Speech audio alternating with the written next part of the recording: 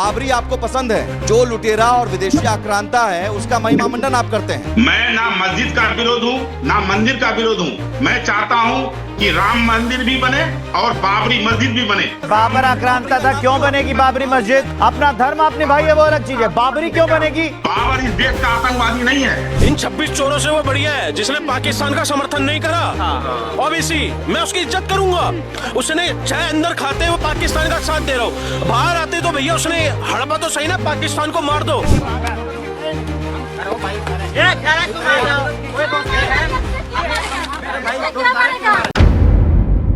TV 10 Bharat, सच की ताकत। बिहार के बाद असदुद्दीन ओवैसी ने अपना जादू जो है वो महाराष्ट्र के जो स्थानीय निकाय चुनाव हुए हैं उसमें भी दिखाया। हमने आपको दिखाया कि किस तरह से महाराष्ट्र में जो नगर परिषद के चुनाव हुए हैं उसमें ओवैसी की पार्टी ने 81 सीटों पर जीत हासिल की थी, जिसमें से एक में जो है मुस्लिम मेयर भी बन रहा है। लेकिन अब इसी बीच प्रदेश की सियासत जो है वो गर्मा गई है। विश्व हिंदू परिषद वाले कह रहे हैं, जो हिंदू संगठन है वो कह रहे हैं कि मेयर तो हिंदू ही बनेगा, सिर्फ और सिर्फ हिंदू ही मेयर बनेगा। लेकिन यहाँ पर ओवैसी ने भी खुला चैलेंज दे दिया है कि मेयर बनेगा तो हमारी पार्टी से ही बनेगा और मुस्लिम मेयर बनेगा। यानी कि महाराष्ट्र में, मुंबई में पहली बार जो है वो मुस्लिम मेयर कोई बनने जा रहा है। अब इसे लेकर जो कुछ सियासत हो रही है प्रदेश में, जो कुछ हो रहा है, क्या वो कह रहे हैं, किस तरह से वो अल्टीमेटम दे रहे हैं हिंदूवादी नेता, वो भी आपको दिखाएंगे। साथ ही बिहार में आर्मी कैंप को लेकर एक घमासान छिड़ गया है एमआईएम के बीच और सरकार के बीच। इसे लेकर क्या एमआईएम का स्टेटमेंट है, क्या एमआईएम कह रही है, साथ ही किस तरह से चीजें लगातार सोशल मीडिया पर शेयर की जा रही हैं, ये भी आपको बताएंगे। नमस्कार, आप देख रहे हैं टीवी 10 भारत और मैं हूं आपके साथ मुनमुन रहमान। तो सबसे पहले महाराष्ट्र में जिस तरह से एमआईएम की पार्टी ने अपना डंका बजाया उस पर बात करते हैं। तो यहाँ पर सबसे पहले बात करेंगे कि महाराष्ट्र में जो कुछ हो रहा है। महाराष्ट्र में एक तरफ एमआईएम भी अल्टीमेटम दे चुकी है कि मेयर तो मुस्लिम ही बनेगा, वहीं हिंदूवादी संगठन क्या कह रहे हैं कि मेयर जो है वो तो हिंदू ही बनेगा।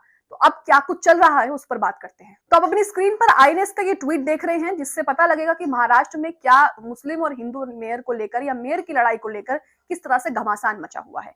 अब यहाँ पर देखिए, जो वीएचपी के national spoke person Shriraj Nair हैं, वो कह रहे हैं कि वारिस पठान को अपनी खुशी दिख रही है, लेकिन But I am saying clearly that the mayor of Mumbai will be only and only a Hindu। यानी कि ये कह रहे हैं कि मैं साफ तौर पर कह रहा हूं कि मुंबई में कोई मेयर बनेगा तो वो सिर्फ हिंदू ही मेयर बनेगा, यानी कि मुंबई में हिंदू मेयर के अलावा कोई नहीं बनेगा। इस तरह की वो अल्टीमेटम कह लीजिए या उनका स्टेटमेंट कह लीजिए। इन्होंने यहाँ पर यह भी कहा है कि there is no doubt about this, यानी कि इसके बारे में कोई दोहराई नहीं है, कोई शक नहीं है, क्योंकि मेयर तो हिंदू ही बनेगा। आप क्या कह रहे हैं ये भी सुनिए आप। वारिस पठान खुश हो रहे हैं तो उनको मुबारक हो। मुंबई का महापौर सिर्फ और सिर्फ हिंदू होगा, इसमें कोई दो राय नहीं है। तो यहाँ आपने देखा कि किस तरह से मेयर को लेकर क्या कुछ हो रहा है।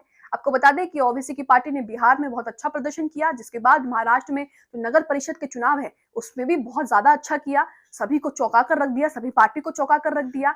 बीजेपी के कई कैंडिडेट्स को भी हराया वहां पर, लेकिन उसके बावजूद भी लगातार राज्य में जो है वो कोई ना कोई मसला तो खड़ा करना ही है। वहीं असदुद्दीन ओवैसी की लोकप्रियता कितनी बढ़ रही है, ना सिर्फ मुसलमानों में बल्कि हिंदुओं में, दूसरे धर्म के लोगों में किस तरह से लोकप्रियता बढ़ रही है, ये आपको दिखाते हैं।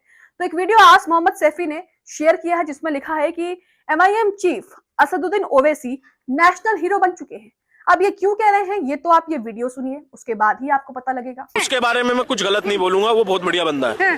बढ़िया है, बढ़िया इसलिए है, इन 26 चोरों से वो बढ़िया है जिसने पाकिस्तान का समर्थन नहीं करा, इसलिए बढ़िया है वो। ओबीसी, मैं उसकी इज्जत करूंगा।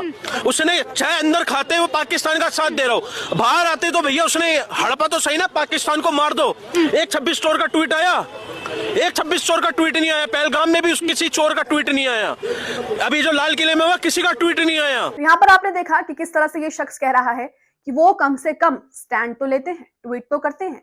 बाकी जो राजनीतिक पार्टियां हैं, जो बाकी राजनीतिक नेता हैं, वो तो कुछ बोलते ही नहीं है, लगातार जो है हिंदू मुस्लिम करते रहते हैं, लेकिन पाकिस्तान को लेकर कोई ट्वीट नहीं करते। लेकिन असदुद्दीन ओवैसी जो है वो इधर उधर की बातें नहीं करते, सीधे जो है मुद्दे की बात करते हैं। इसलिए असदुद्दीन ओवैसी की वो बहुत ज्यादा इज्जत करते हैं। अब ये मुसलमान नहीं है, क्योंकि उनके आसपास के लोगों को देखकर आप अच्छे से अंदाजा लगा सकते हैं। इसी के साथ आर्मी कैंप को लेकर क्या घमासान मचा हुआ है बिहार में, इस पर बात करते हैं। तो मोहम्मद नसरुद्दीन ने जो विधायक है तौसीफ आलम साहब, उनका ये वीडियो शेयर किया है, उनकी ये जो पत्रकारों से वो कह रहे हैं उसे शेयर किया है, ये भी आपको सुनाएंगे। लेकिन जो ट्वीट किया है सबसे पहले वो देखिए।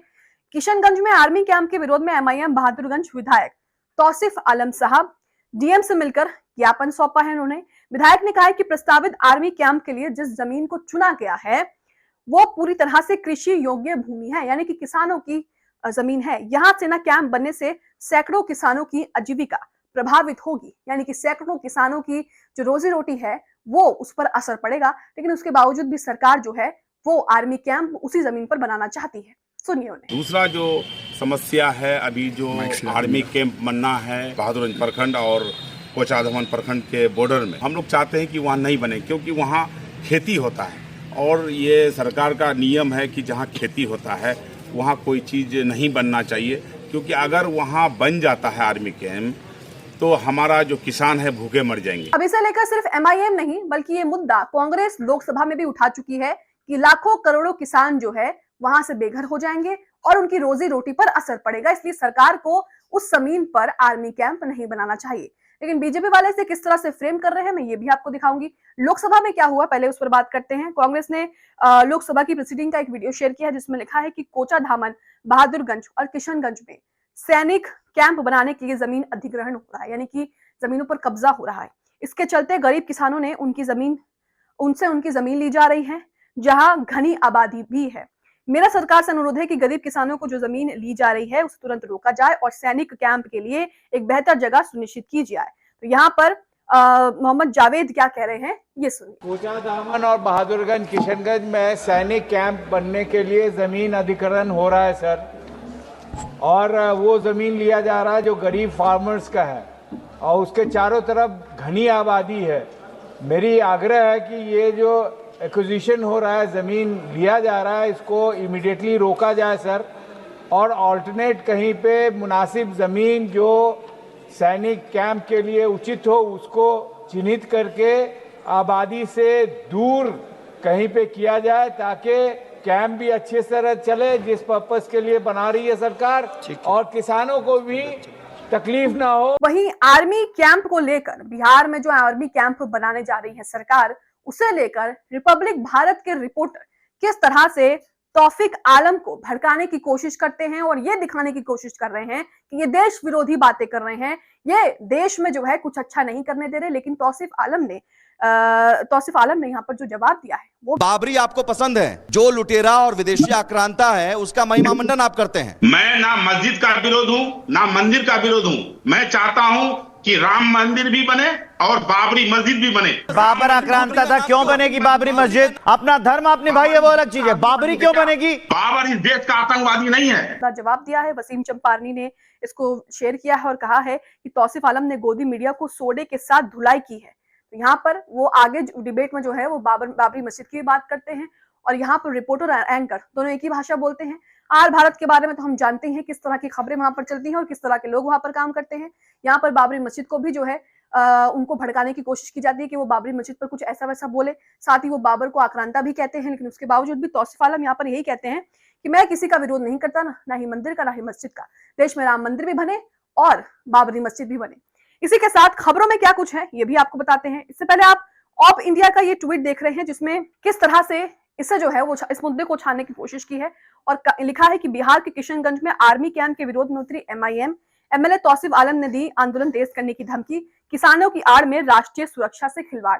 हालांकि इस मुद्दे को कांग्रेस भी लोकसभा में उठा रही है और वो भी कह रही है कि किसानों की जमीन छीनकर आप जो कुछ आर्मी कैंप वहां पर बनाना चाहते हैं वो सही नहीं है, थोड़ा उससे अलग हटकर बनाएं कि दूसरी जमीन पर बनाएं, लेकिन उनकी जमीन का अधिग्रहण करना ये सही नहीं है क्योंकि रोजी रोटी पर जो है वो असर पड़ेगा। इसी के साथ आप अपनी स्क्रीन पर हिंदुस्तान लाइव की खबर देख रहे हैं जिसमें लिखा है कि किशनगंज में आर्मी कैंप का विरोध तेज हो गया है। एमआईएम विधायक तौसीफ बोले कि बर्बाद हो जाएंगे किसान। मोटे तौर पर खबर में क्या है वो आपको बताते हैं।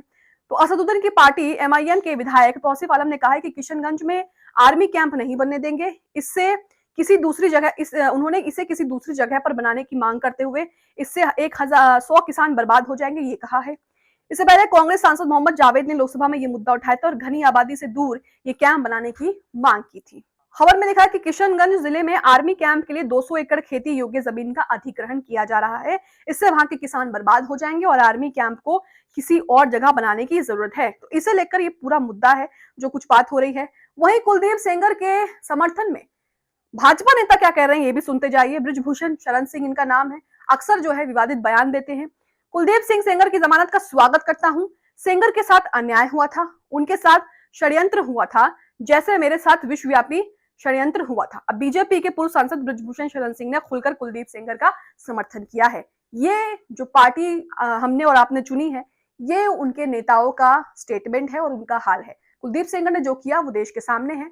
किस तरह से एक रेपिस्ट जो है वो खुलेआम घूम रहा है। तो यहाँ पर आप देख सकते हैं नए भारत की तस्वीर भी आपको साइड में दिख रही होगी, जिसमें पत्रकार, सोशल एक्टिविस्ट को जेल में डाल दिया गया है। लेकिन जो रेपिस्ट, बलात्कारी, मर्डर है, वो किस तरह से खुलेआम हमारे और आपके बीच नेता बन के घूम रहे हैं वीआईपी गाड़ियों में। अब आप इसे लेकर क्या सोचते हैं? जिस तरह से मुस्लिम और हिंदू मेयर को लेकर जो घमासान महाराष्ट्र में मचा हुआ है, विश्व हिंदू परिषद सीधा सीधा अल्टीमेटम दे रही है कि हिंदू मेयर बनेगा। वहीं बीजेपी नेता कुलदीप सेंगर को लेकर किस तरह से समर्थन कर रहे हैं। वहीं आर्मी कैंप को लेकर जिस तरह से जो कुछ भी चीजें चल रही हैं, उसे लेकर आपकी क्या राय है? कमेंट बॉक्स में हमें जरूर बताएं।